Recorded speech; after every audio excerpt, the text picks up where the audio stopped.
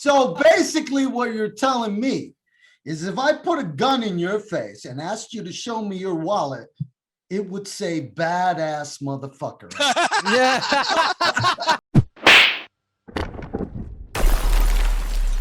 A lot's happened since yesterday. And you know what's funny? I know that things always happen too slowly for artists. You know, they're hot on something, they want to sell it to the public, and sometimes the album doesn't come out for 2 years. Yeah. You know, or if you're making a movie, it's in post-production, it's in the can for 3 years. Yeah. Man, writing is the worst. I mean, the novel that's coming out on January 25th, The Sculptor, I finished that 2.5 years ago. And the collection of short stories, some of those I wrote 30 years ago. Some of them I wrote half a year ago. I mean, is it okay if I talk about the two books a little bit? Yeah, 100%. And just so you guys know, we're recording. We'll get an intro when we can. I've already been recording. This is good. Go for it. This is all about you, brother. Yeah. I want you to push your stuff, and I actually do want to talk to you about writing books and that part of the business, the entertainment business, because you know what I mean? That's something that a lot of people don't realize. It's a tough business. Yeah. So let's talk about that. But go ahead and push the books first, and we'll go from there. Okay. I have 2 books out. And I started with the novel, so I'll talk about that first. The Sculptor is a serial killer novel. It's my 4th novel. It's being put out by Nightshade Skyhorse, who they're best known for the best American best of anthology of short stories that comes out every year. The biggest one is a guy named Smith, I think, and he's in England. But Nightshade Skyhorse puts that out. A book they just put out was, you know, Donald Trump's disgraced lawyer, Michael Cohen. He wrote a memoir, and they're putting that out. So, you know, they're not Penguin and Bantam Doubleday, but they're a step below. And it's a pretty big publication for me. The funny thing is that book is coming out January 25th. I can give you the link if you want to flash it. Like, yeah, absolutely. Yeah, we'll put post-production. We put right it up there. Along there. Yep. Yeah, you know how we do. Yeah, no problem. I'll give that to you, and that's on pre-order. And the funny thing is, I started writing its sequel this time last year. It was November 11th.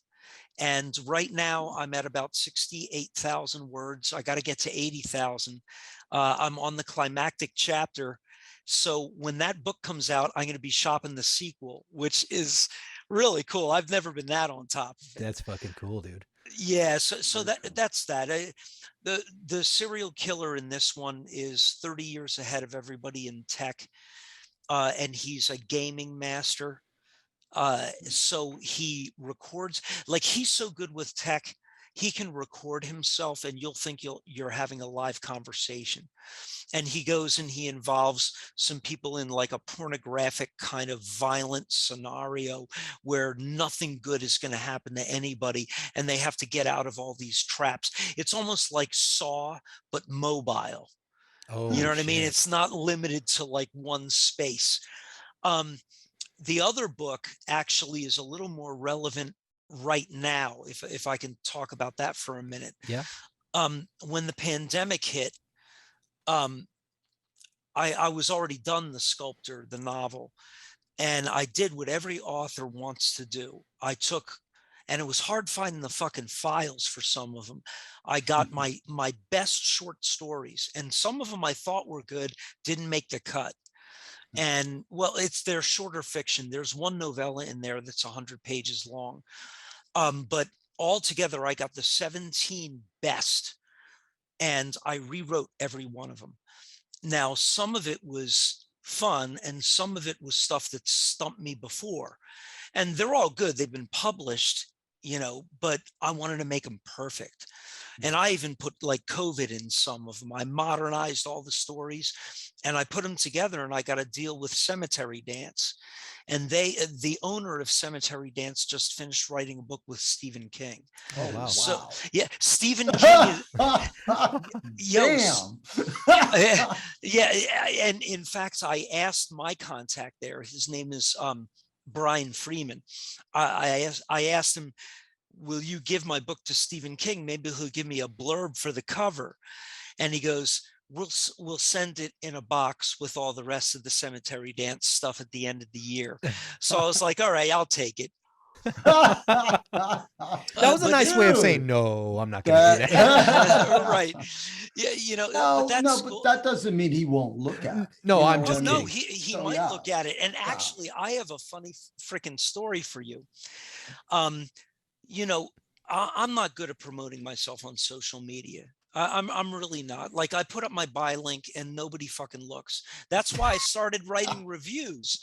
And Ralph's band Ravenscroft was my first review, and that turned into kind of a gig in itself. Yeah. And I'm still writing for Metalheads Forever. And I don't know if I told you guys this. I volunteer the articles for Metalheads Forever, but Chris Poland, the president of Eclipse Records, they're a little boutique I know metalcore Chris. label. Yeah. He has me freelancing the bio reviews for some of his new signings. Yeah. So it really turned into actually a little bit of a paying gig, you know. Yeah. So it's kind of cool. But anyway, so I go on Facebook, and I know that I'm not going to sell a lot of books off of Facebook, but I got to look like I have friends. Because, like, if I want to get to the higher level and I want to be a Penguin author, I got to have friends. So what I Right. did was I went on.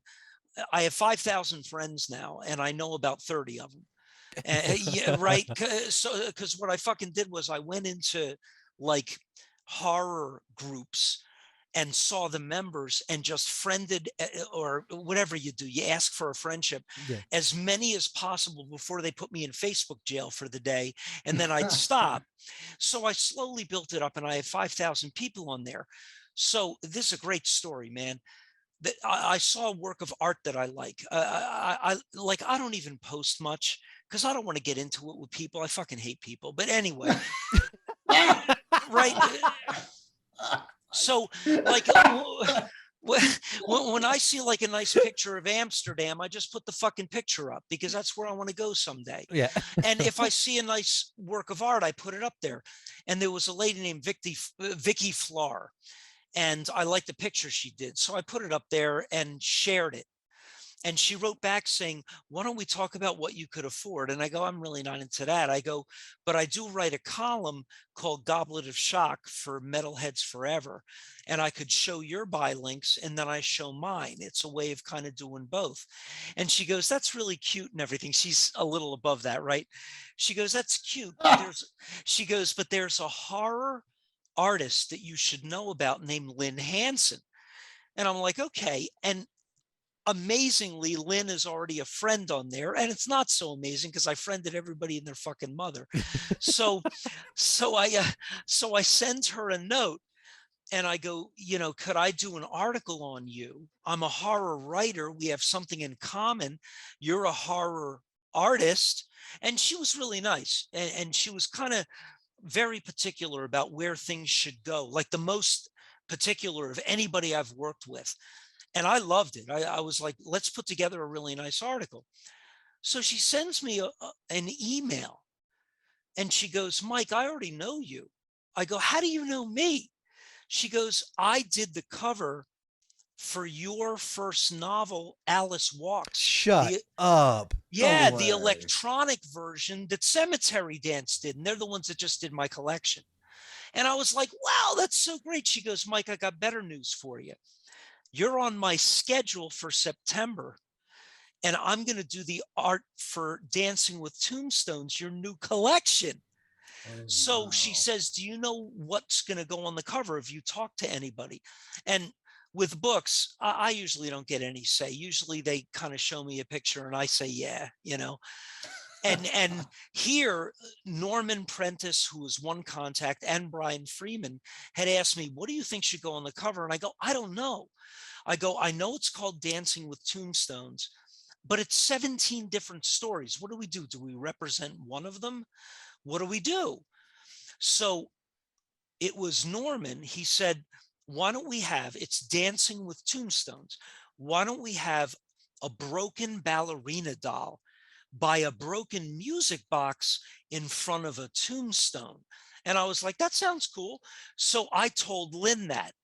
So she read all the stories, which is really, I respect that. She read all the stories, and I have one scary clown story in there. So all of a sudden I see the cover, and ain't no fucking ballerina. She put my likeness on the cover. Here it is. Can you see that? Now, when you look at this freaking cover, okay, let me go like that. That's me. Legit. All right. So I had 3 reactions. My first reaction was fucking A. My second reaction was, I'm a fucking clown. Hey, okay, wait. I have to put a timeout because I grew up as a clown. This is no joke. My family had a circus. My form. Do not knock. Do not knock my people, bro. Do not knock. But then my third thought was, that is a nod, man. When you're the scary clown, that's pretty in fucking the cool, horror dude. business, yo, I'm a big fan of Terrifier and It and all those scary clown movies, Killer Clowns from Outer Space. Yes. Yeah, man. So, I mean, I looked on it as, it doesn't get any better than that, man. She even has like my hands are like circling my name. And yo, I told you I couldn't get, I didn't get a blurb from Stephen King, but I was in an anthology with John Shirley, who co-wrote the movie The Crow, Okay. and he wrote the blurb that's on the cover right there. It's too small. I can't read it. Maybe I'll go. I can pop it up, dude. I'll if you can send me the picture, I'll pop it up on the screen. Everybody can see it. That's what we'll do. Yeah. Better than me trying to aim the book. Very cool, bro. That's so fucking awesome. That bro. is a really great story, dude. Yo, I Thank gotta you. tell you, man. It's and that's the thing. That's one of the topics we cover on this show is the fact that necessarily having monetary success isn't necessarily the only thing that makes you shine as an artist. No. You know what I mean? The fact that you have done the things you've done and people appreciate your work on a big level, and you've got the big players in the game looking at your stuff and working on your stuff. I mean, you're undeniable, dude. Oh, thanks, man. I'm psyched that I got you looking at my stuff, man. It's a small world, brother. It's a small world. You brought up Chris. I know Chris. I've talked to Chris for years. We discussed a record deal at one point. You know what I mean? Eclipse Records? Yes, absolutely. Yep. I've been there, done that as far as that goes. But that's the thing is that, and he's a nice guy. He's a good dude. He's a hardworking individual. I've got nothing bad to say about it. I'm glad you and him are working with each other and doing some cool stuff. It didn't work out for me to work with him or me and Cody, because at the time Cody was in the band with me. That's when we were in Serpent Underground. That's why that name sounded familiar. Yes. I didn't want to say anything, but I'm like, well, I Eclipse rang a bell. Eclipse That's right. Records. That's Yep. right. It's Yep. when we were pushing Hey, God on the mic. Yeah, let me tell you, they're a really nice label. And going along with what Ralph was saying, when I was 32 and I decided to get out of music permanently, pretty much, if you told me that I'd be talking to Ralph and Cody on a podcast, we didn't even know what fucking podcasts were back then. But if you told me that I would be talking to you guys about knowing the president of a boutique independent record label, and that I wrote a review on Cauldron of Deceit, I was on their first show, the first podcast, and that I'm writing the bio reviews for deathcore bands, I would have said you're fucking crazy. And to me, that's what it's all about. I mean, Here's another one for you. Yeah, I have a student that I had last year, right? Her name's Cassidy. Really nice kid, and she was on the soccer team at Immaculata, and she was always interested in my fiction. And I said, wait until my books come out next year.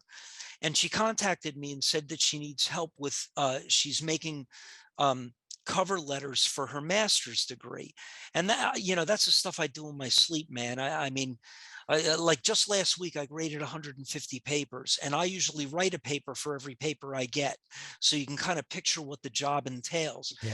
And for me, it's just a pleasure, And I was teaching my Immaculata class like a couple of days ago, and another young woman who sits in the front, her name is Allison, she goes, "Hey, Mr. Aronovitz, you're on my cell phone," in the middle of class. And I go, "What do you mean I'm on your cell phone?" And she goes, "Well, I'm on the soccer team. My old friend Cassidy just bought your book," and shows the whole class. I mean, there's nothing better than that, man. Look, I came to the conclusion years ago that my dream of playing like the Philadelphia Spectrum with all of the ads going on the flashing signs around the room, and there are 20,000 people with the green lights going like that, and all the fucking lighters, and everybody moving at the same time. That was not going to be my reward. I knew that. I realized that 30 years ago. And for me, when I get somebody to hold up that phone like that for the whole class to see, that's a fucking lighter, yo. Damn Skippy, dude. That's a Damn win, bro. fucking Skippy, dude. It's a fucking win. Yeah. You know what I mean? And so that's what it's all about, man. Yeah. And look, I wish I could tell you that my third novel, Phantom Effect, which came out by the same publisher that's doing The Sculptor, I wish I could tell you that I sold 50,000 copies. I didn't. When you add everything up, I sold about 7 or 8.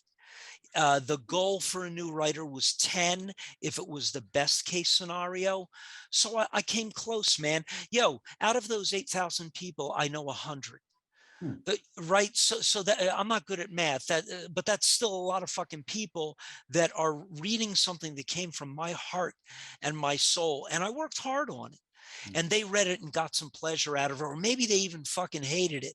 But either way, they got me into their bloodstream like eating a beefsteak. But that's right. Eating a beef. Well, that's the beautiful thing about art, though. Everybody thinks that if you don't like art, that it's bad art. And it's like, no, art is designed to make you feel, think, challenge a perspective, something. If it's done that, it's been successful. So even if somebody comes up and goes, I didn't like it. Hey, you still consume some art and you got something out of it. You had a reaction. That was the point. Maybe it wasn't a pleasant one, but it still was, Cody, what you've just described is exactly what I do for a living. And I want to explain it this way. When I ask my students what makes something a classic, the first thing they say is it was a bestseller. And I say some weren't. And they go, it's got a great happy ending. I go, some of them don't. Well, it was a great book. Some of them aren't. And they're like, well, what makes something a classic? And what makes a classic is when it becomes a platform for a conversation that we have in class, and it's always fucking relevant, whether you hate it or you love it. Yeah. We create our own text off of that platform. That's a classic because it's timeless. That's true. Right? It stands the test of time. Stands the test of time, and we can always have something to talk about. If something's dead in the water, it's not a classic, even if it was a bestseller, in its time. So I agree with you, Cody. I'll tell you the truth. I love when somebody says they love my book. I got to admit, I like that. I love it when somebody says they fucking hate my book. The thing I hate the most is when they go, Yeah. Oh man, that's like saying I'm a nice guy. Nice. What the fuck is nice? Nice. I'd rather you fucking hate me, man, or fucking love me. And if you're gonna love me, you better love me with everything you got, because I'm gonna give you everything I got. That's right. You know what I mean? Michael, you are one intense motherfucker, dude. I love you, bro. There's a reason why I like this dude. No, Mike, I got to ask you though, and I don't want to get on this negative topic because I know that this has been worn out, but I do think we need to cover it. You know, you and I have had discussions on the phone before, um, about the music business and Sure. basically the decay Mhm. of, you know, how it's going, whereas when it comes to the monetary compensation part, people still consume the concept all day long, Mhm. but they don't really pay for it anymore. Most of them don't. You know Well, what I what do you mean? mean by that, though? Just Well, some explain to of me. them do. Some of them do, but there's also a lot of greedy people in Hmm. the business end of it. The Hmm. Spotify, Right. their percentages on streams, you know, because that's the new thing, streaming. The percentages on streams has been low as hell for a long time, and now they're making it lower.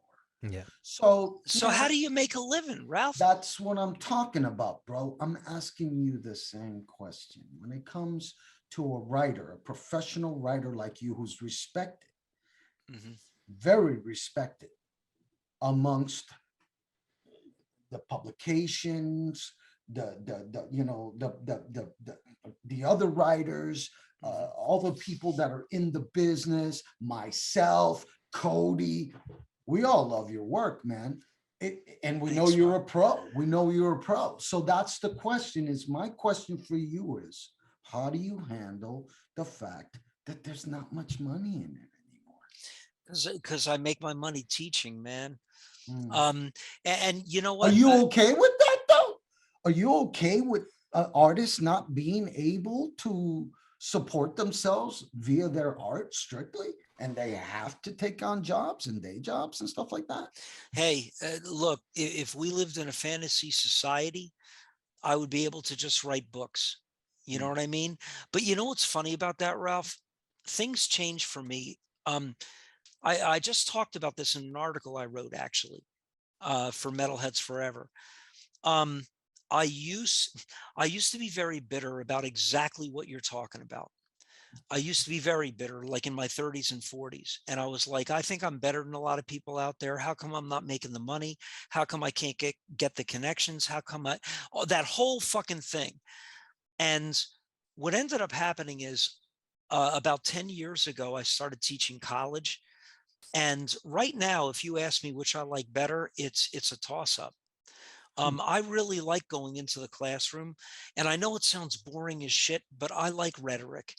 I like teaching how to write an analysis paper and to teach somebody that, the proper introduction has an attention getter, background information, preview of support, and a thesis. I like teaching about topic sentences. I like talking about rambles, run-ons, comma splices, and pronoun antecedent. This stuff is an art to me. Do you follow what I'm saying? Yes, I And do. now, and actually now it's gotten even better because tutoring, I'm a professional tutor also. I tutor for the University of Delaware 10 hours a week. And it used to be a little more uncomfortable when we did it in person, when you're sitting there kind of looking at a manuscript. But now with Zoom, and they just share their screen, and I can actually, I almost feel like an artist doing it. And also, I learned how to speed read. So while they're correcting one sentence and making sure it's You learned how to speak. Holy shit. yeah. So while they're correcting like something that's not parallel, or they have a subject predicate problem, I'm reading ahead and I'm saying, well, you have too much of this and you have too much of that, and I can speed do a paper. Um, and it's become something that's sort of artistic for me because I use it in my art. When I write, I'm being the professor at the same time, and I'm advancing 2 pages and I'm going back 20 and speed reading those and fixing everything. So kind of the two things have merged. And right now I'm an adjunct, and that means I'm not full time. I don't have a PhD. I have 2 master's degrees. I have a master's in education and a master's in literature. My specialty is modernism and Ernest Hemingway. Um, but so I'm not full time at any university. I get contracted for classes every semester, and every university has a majority of 3 that I can teach. Right now, I'm teaching 7 classes at 3 different universities, plus 10 hours tutoring. So I'm immersed, dude. And I get to touch every one of their lives. I get to make sure when you come through my watch in college, you only have to take Comp 101. No matter what number they put on it, you only take it once. If you have any other English classes, you go to a different mode. You're not doing papers anymore. You're doing creative writing or intro to literature. I get you when you're a freshman, when you're fucking 18, you're a little baby. And I get you, and I'm going to mold you and fucking shape you into the soldier you got to be for the rest of your college career. I take that seriously, yo. And I love it. I don't just love it. I fucking love it. So basically what you're telling me is if I put a gun in your face and asked you to show me your wallet, it would say badass motherfucker. Yeah. But I can see where that is though, dude, because it helps you scratch that itch. I would pull my wallet out and it would say, hand your fucking paper in or you're going to get a 0.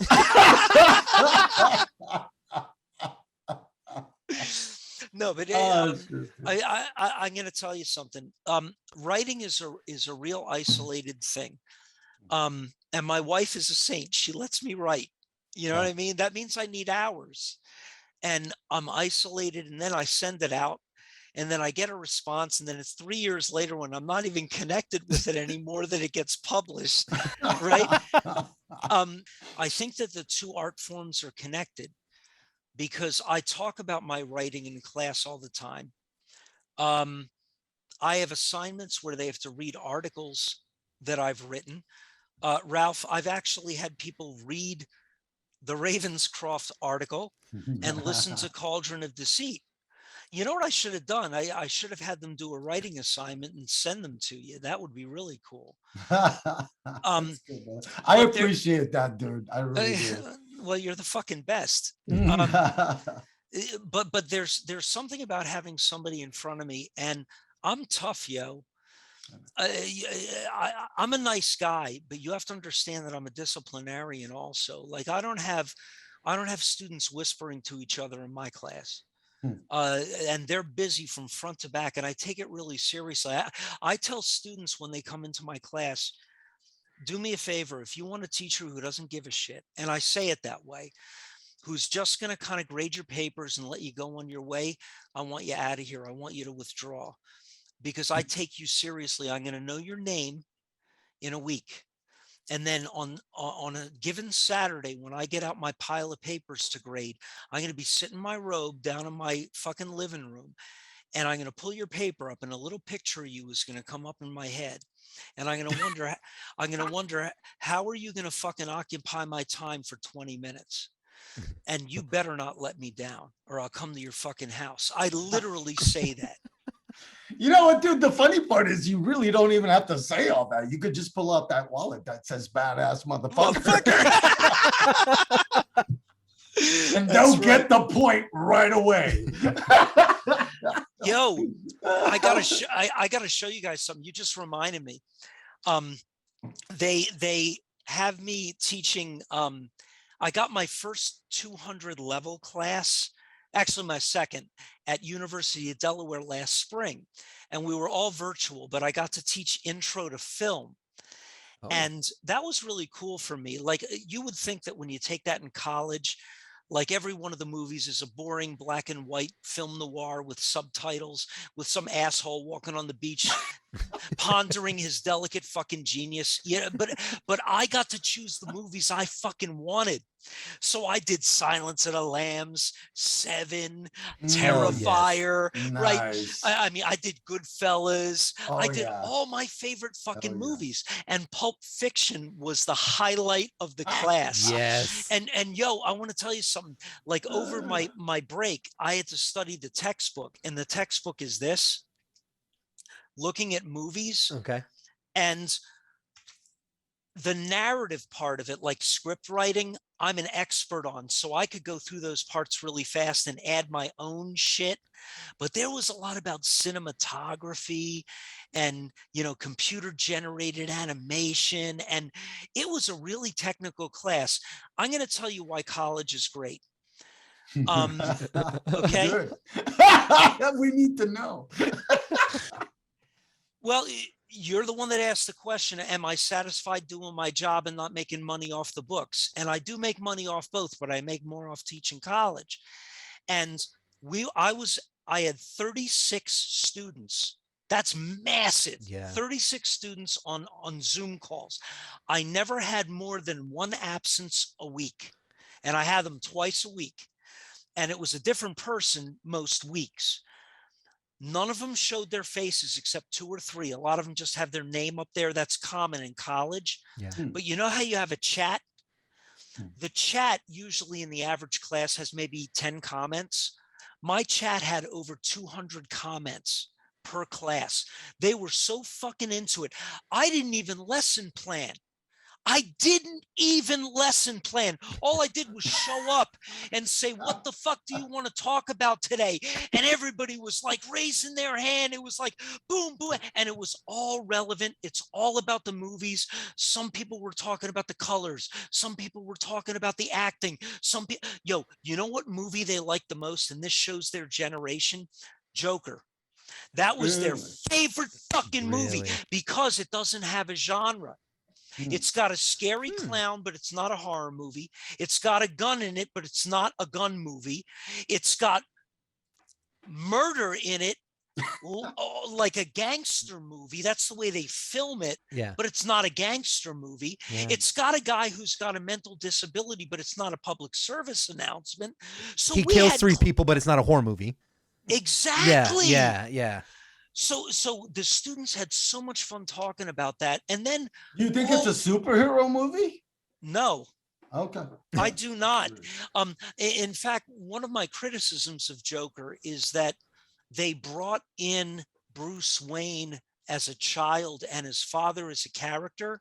Yeah. And my biggest, did you guys see the movie? But bunch of times. I love that movie. Yeah, I thought it was a great movie. My complaints about the movie, and the only one, is that, and go with me on this, if you bring in Bruce Wayne, then the Joker that I'm looking at is the Joker that is Batman's #1 nemesis in the future.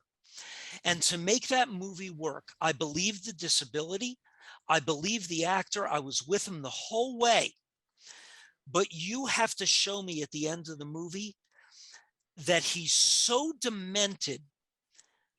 You have to show me the beginnings of there's an evil genius there. And I didn't get that. All he did was shoot people. Now, one of my students came up with something really fucking interesting.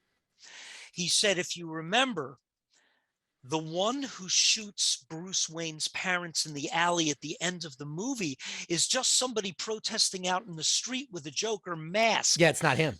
And his theory is that that guy is the real Joker.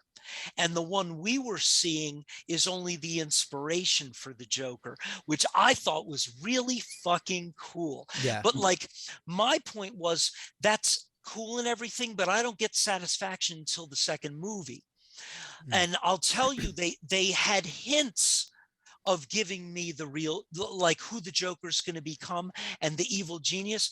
They showed me him visually realized when he finally wears the purple suit and the clown makeup and he goes down the concrete steps doing that dance in the rain or the grayness. Yeah, that symbolic descent into madness where he's becoming himself. Yes. So we get it visually, but I didn't get the evil genius. The closest they came was that awesome scene that was almost in black and white, where he's upset and he opens the refrigerator door. You're shooting it from the side.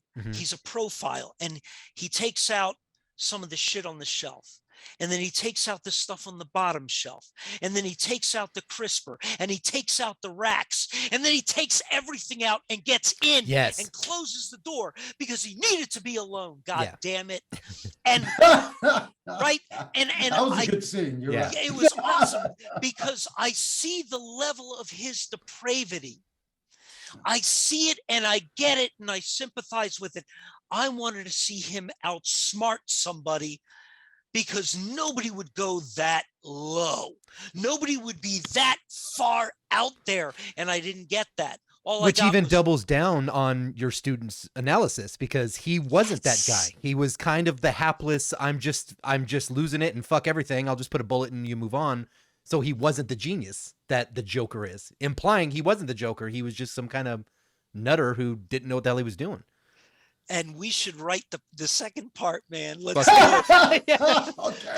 All right, we're gonna start writing. Okay, Yeah, you heard it here listen. first, so we're No, gonna write you the know what sequel to the problem Joker. is? You know what the Joaquin, problem get is? ready, brother. Hold on. You're talking about somebody who remembers foreshadowing earlier in the conversation, and I'm a horror writer.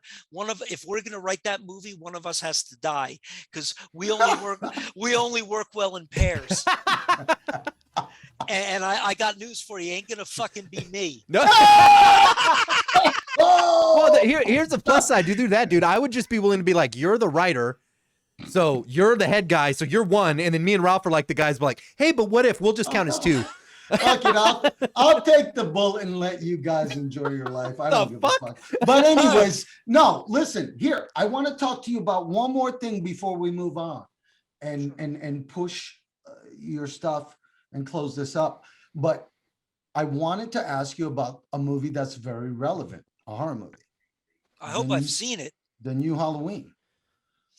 Oh, did you see it already? Yes, I've seen it. Have you seen it? No.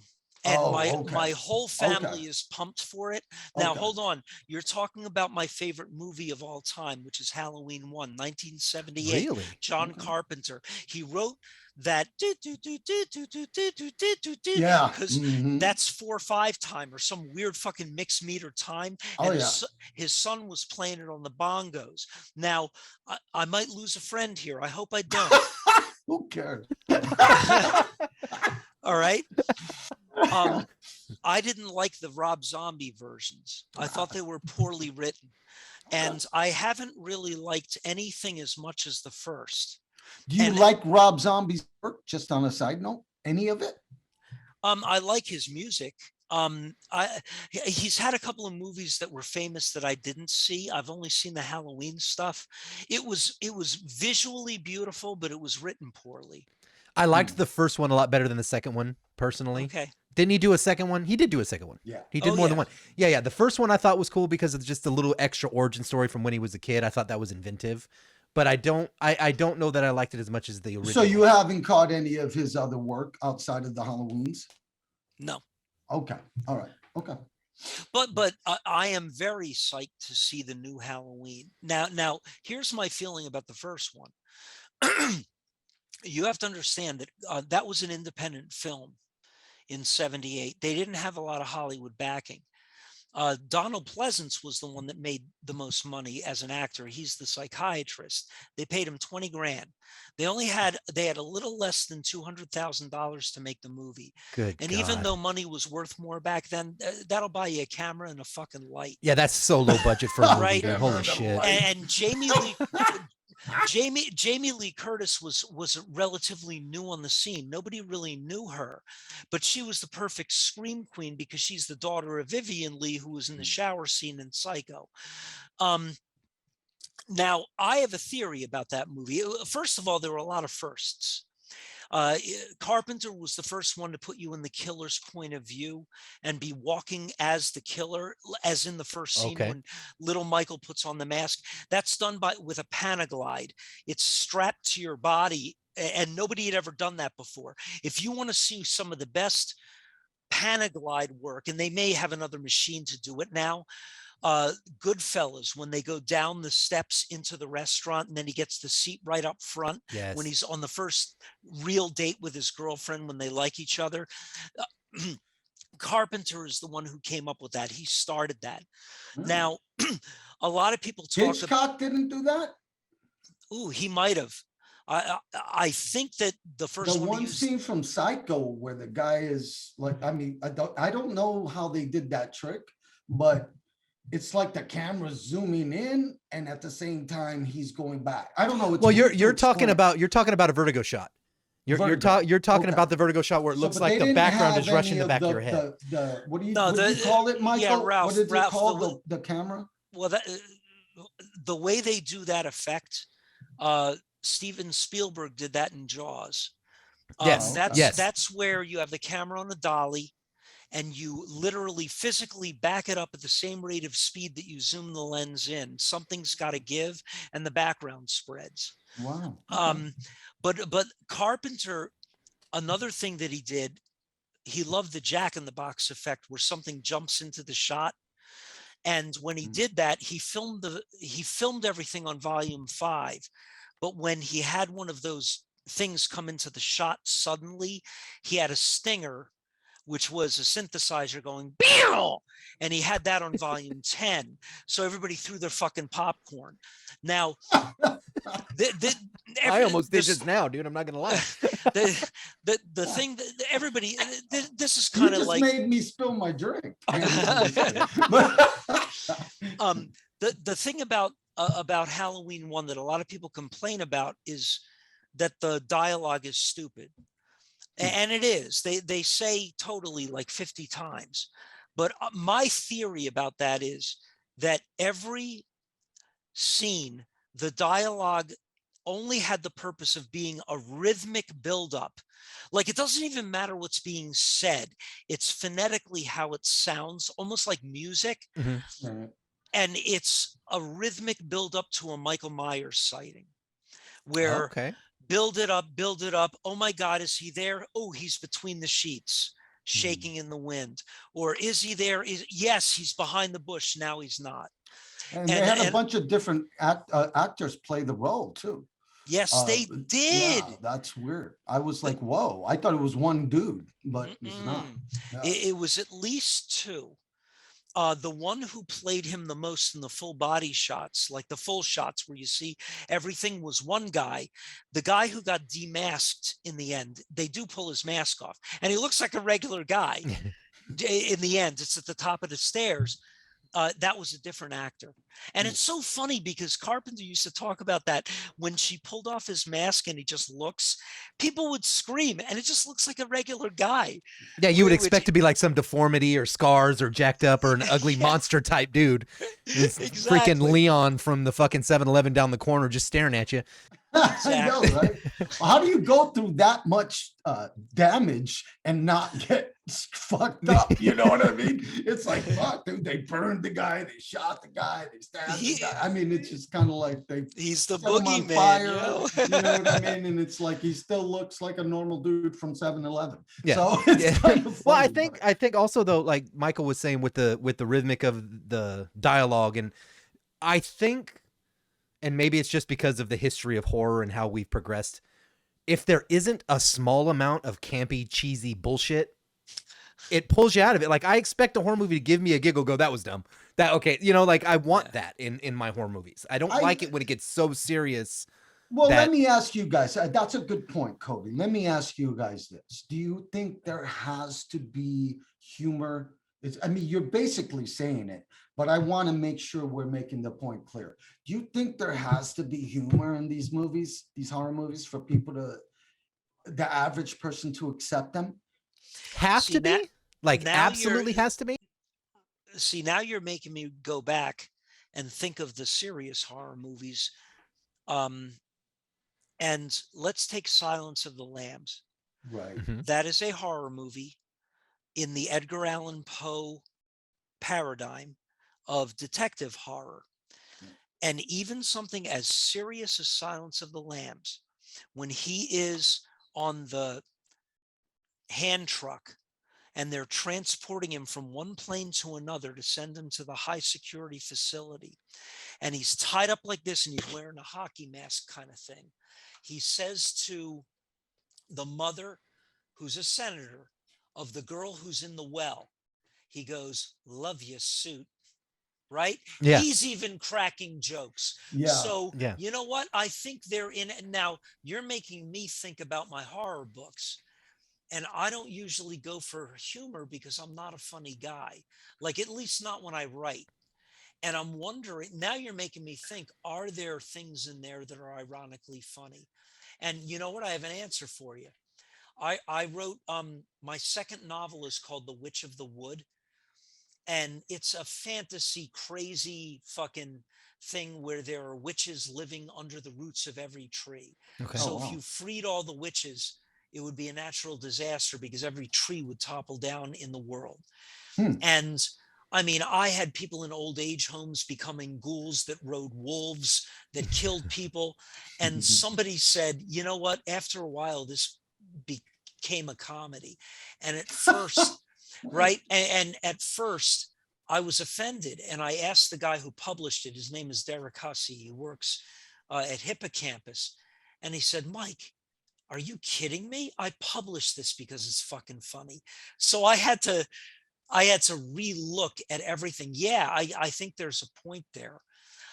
Does every horror movie or book have to have it? No, but I think it is a staple. It's a trope, man.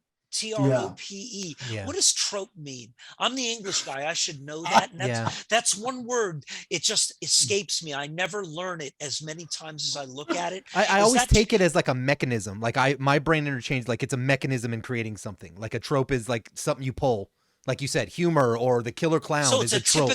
It's a typical mechanism. Stereotype. Yeah, and a stereotype that people use to tell stories. That's the way I call it. If we're wrong, I'm sure we'll hear about it. So it's all good. Yeah. But that's how I always took it. Like, Well, there are certain movies, in my opinion, that had obvious levity.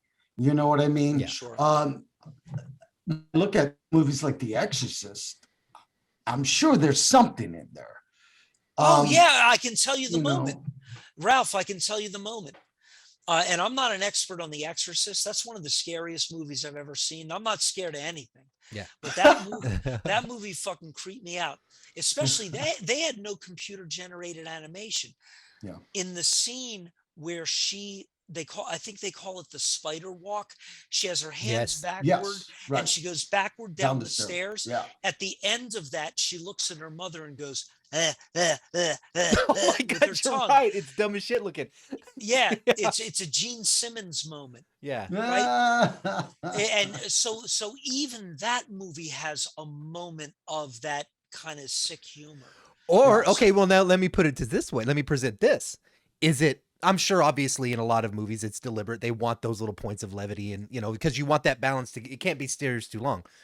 But sometimes I think it's our brains going so far into the dark that we just start laughing at shit. Because like, I can't take this anymore. It's too much. Give me something to giggle at, you know? And then the demon girl goes up and starts making faces at her mom and you just start laughing because you're like, I'm done. I can't do this anymore. I need a break. You know, I wonder how much it is that. Well, what's the producer or the director or I don't know. I think he's the director that made the Army of Darkness film and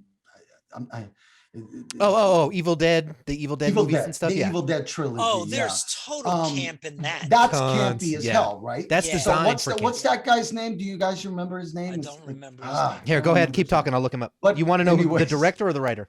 The guy who makes them. Okay. You know, I think it's the director. I think it's like Ramsey or some shit. Yes, I don't know. it's Ramsey.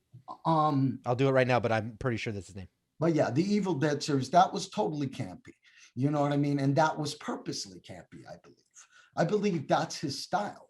You know what I mean? And it did very well. Look, they were able to revise it with a series. Sam Not Raimi. that long ago. Sam Raimi. And the Zombieland movies, they're Yes. part comedy. Yeah. You know, Ethan Hawke, who was in the movie Sinister, and I wasn't a real fan of Sinister. I have my own reasons for not liking it, but he's a good actor. And he said that he was a little nervous about doing horror until, and this is a good quote, until he realized the timing is very similar to comedy. Which is very interesting to me. And I'm not a comic, so I don't know about that kind of timing. I do know about horror timing because I write it. Right. You know, but you know, if I use a little imagination, I can see where he's going. Yeah. Well, let's actually go down that road. Can you pull your mic up just a little bit? You've gotten quieter, Mike. Perfect. Just like in music, you hit beats. If you're a metal band, you do certain things and you hit certain beats to keep with your genre and keep with your style and stuff like that. horror movies do the same thing. We just talked about, if you're a killer clown, you have certain stuff. If you're a vampire, you're going to have certain things that are going to be consistent. I guess the question I was going to ask is what we were just talking about. Like, when you're writing a story for you specifically, do you look at a movie and go, I'm going to pull that and make a story out of it? Or, you know what I mean? Like, what beats are consistent for your writing style? I like to think that I'm kind of eclectic and that each one has a different focus. Love it. I know what my favorite movies are. I will tell you this. I won't write anything unless I never outline the whole thing. I'm a discovery writer, which makes it fucking scary, because if you're writing a long piece, you could work 6 months and not know if your ending is going to make sense. And believe me, I'm very happy when I know my ending. It's just the way I roll.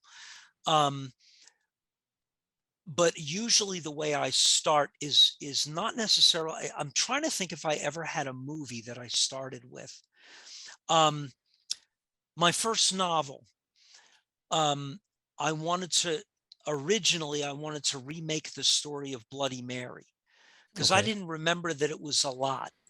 And I looked online, and all it is a couple of sentences. It's look in a mirror, say Bloody Mary 3 times, and then in the reflection, there will be a mom with a bloody baby, and she throws the baby at you.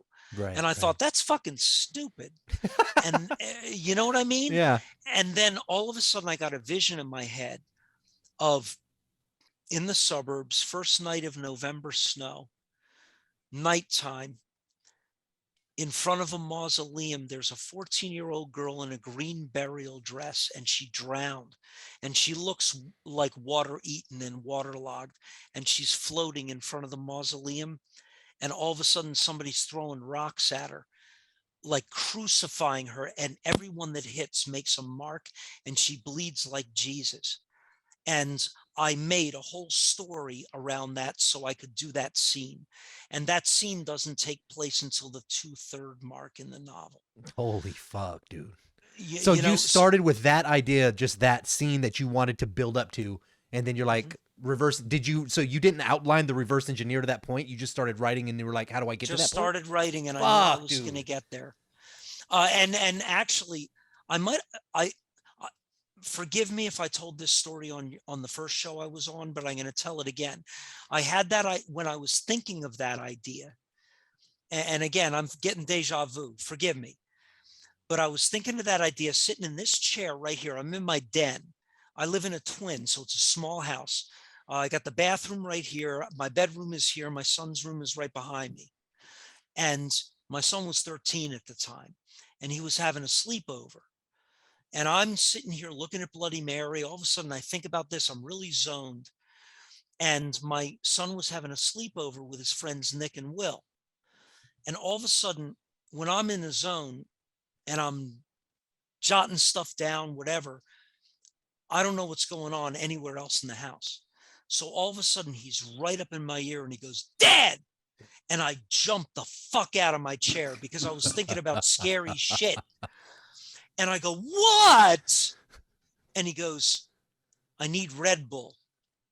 I go, what the fuck? Right? And I go, "You're 13 fucking years old. What do you need Red Bull for?" He goes, "Nick and Will are sleeping over." He goes, "Whenever we have a sleepover, the first one who falls asleep, he gets oatmeal in his fucking shorts."